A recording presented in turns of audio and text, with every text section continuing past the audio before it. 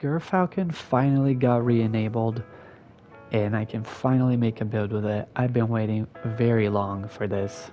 Let's first go over what Gyrfalcon does. You gain bonus weapon damage when you come out of invisibility, essentially for all your weapons. While you are invisible and you get a finisher kill, you make that target volatile, targets around it volatile, and you gain an overshield for you and your nearby allies, and also improved class ability regen. The volatile part isn't on here, but it happens. You can use those overshields by using your class ability energy, so you can save it for later. Very good, and I really like it in PvE. Now for the subclass, I'm using Vortex Grenades, Vanishing Step, Stylish Executioner. This will help us go invisible very often. Echo of Starvation because Devour is great.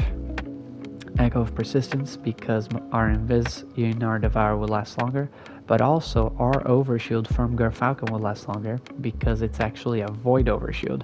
So it gets increased from 10 seconds to 15 seconds with this fragment.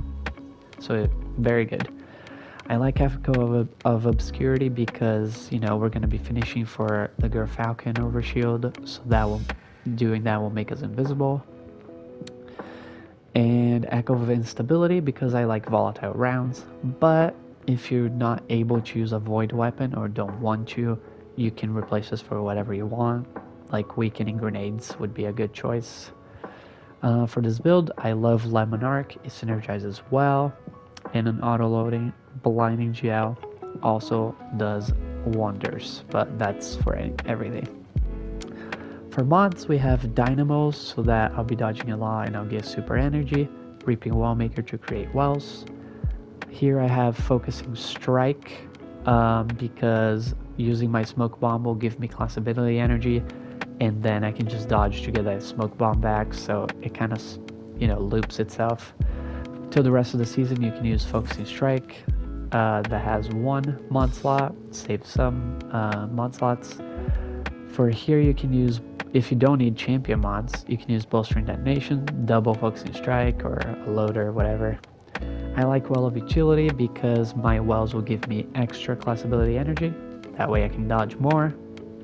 But you can also use Well of Tenacity if you need some extra damage resist.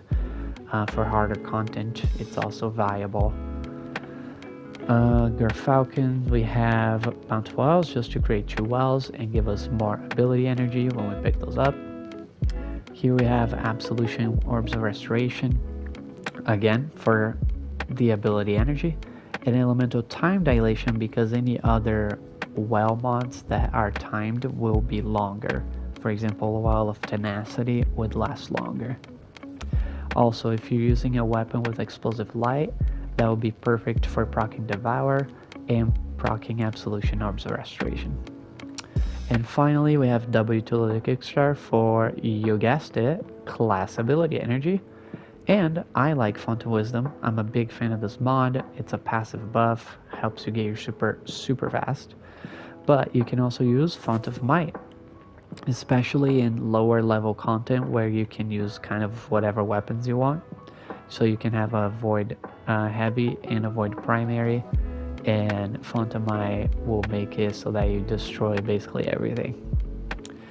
I think that's about it. Here you can do Well of Utility or Well of Tenacity. As I said, I prefer Well of Utility, however, and I prefer Font of Wisdom. That's about it.